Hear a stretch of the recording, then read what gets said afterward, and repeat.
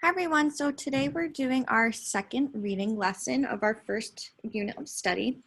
And this lesson is called Taking Responsibility for Reading Lots of Within Reach Books. And so what does that mean, within reach books?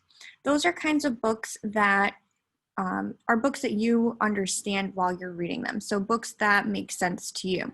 It's your responsibility to be reading books that make sense to you so that you are becoming a better, stronger reader. So today's teaching point, I can grow important ideas about books by choosing books that I can read fluently and understand well. So again, it's your job as a reader to read books that you can read well, that you can read fluently, and that of course you understand. It's not always about trying to read the highest level book because that doesn't help you become a better reader. What makes you a better reader is reading books that you're comfortable with and getting to be an expert at that level before you're ready to move up to the next. So our job today is really going to be thinking about how important it is to choose books not only that you enjoy reading, like we talked about in the last lesson, but also books that you're capable of reading and understanding at your pace. So here's some tips so that you can kind of figure out if a book is too hard for when you're reading it. So if it doesn't sound good, like a read aloud. So as you guys have noticed in the read alouds, I use a lot of expression. I'm able to read it very fluently. There's a flow to the way I read it. I also don't get stumbled up on words. I can read the words accurately. So that means that's a comfortable level for me. So if it's not sounding good, or if you're sounding robotic, or it's choppy, you might want to rethink that book. Also, rereading it to make it sound smooth doesn't always help. So yes, rereading is important to help understand if you kind of were daydreaming and need to go back into your book, but just simply rereading it doesn't always help the sound of the smoothness of your voice. So when you're reading in your head and it's not making sense, even if you reread it, that's a problem.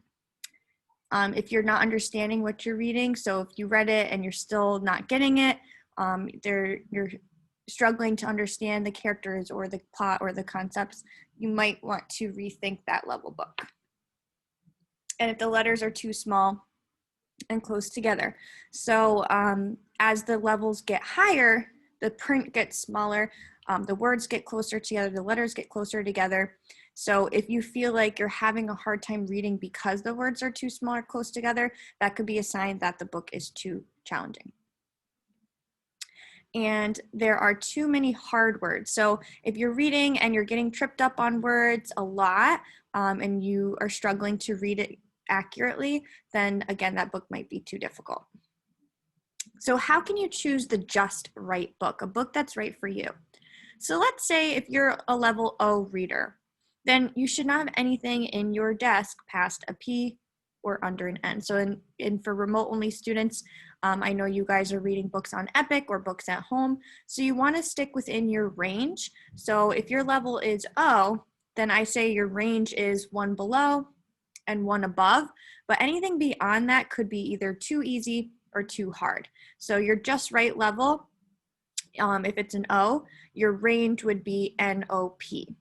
So that's the case for that level. But again, if you're a level P, then your range would be OPQ. So try to stick within that range. So if you're in class in your book bin and you're level O, then you would have levels NOP in your book bin to read. And if you make 4 or more reading mistakes on a single page of a book, then that book is definitely not right for you. That's way too many mistakes for a single page. So you're going to want to change it up to a lower level book if you're struggling. And just keep in mind that our goal each school year is to move up 3 levels. That's a year's worth of growth. So we can't reach that goal and move up 3 levels if you're not practicing at your just right level. So it's really important that you guys are reading books at your level. All right, so Just to review some reading intensely to grow ideas. So these were things we talked about in our first lesson. Make sure today when you're reading, find a book you want to read. Read as if you're in the book, put yourself in your character's shoes. Figure out confusing parts. So if something is confusing, try to spend some time figuring it out. But again, if it's super confusing where you really have no clue, it might be too difficult of a book. But sometimes our books can be a little tricky in the concepts that if a character's facing something and you're not sure about something, you can go back and reread. And if that doesn't help, you might want to rethink the level of the book.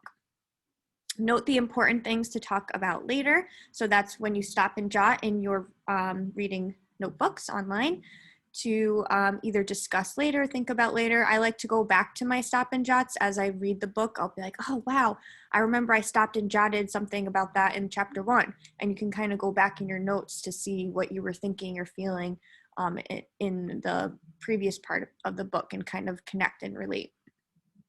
And then I'm adding today, do the work the book is requesting. So if your book is requesting you to think deeply about your characters, do that. If your book is requesting that you reread something, do that. If your book is requesting that you're having to really think about the challenges your character is facing, whatever it is that your book you feel is necessary to do to understand your book, make sure you're doing that. But of course, most importantly today, making sure that you're checking in with yourself, that the book is making sense, that you're able to read it fluently. And that's our goal for today, that you're picking books that work for you. All right, so now you're going to practicing and reading your independent reading books.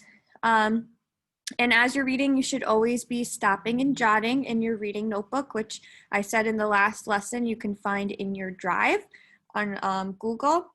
If you go to your reading folder, go to reading notebook, it's a document I made, put the date, and you can just have it as an ongoing document, an ongoing notebook for when you stop and jot while you're reading. Make sure today that your books are reading, and always, that your books that you're reading are at level, and no more than one above or one below your level. So that should be an always thing, that you're reading books that are right for you so that you can really understand your books and grow reading levels, because that's our goal here. All right, so I hope you guys enjoyed the lesson. Happy reading, and I will talk to you later.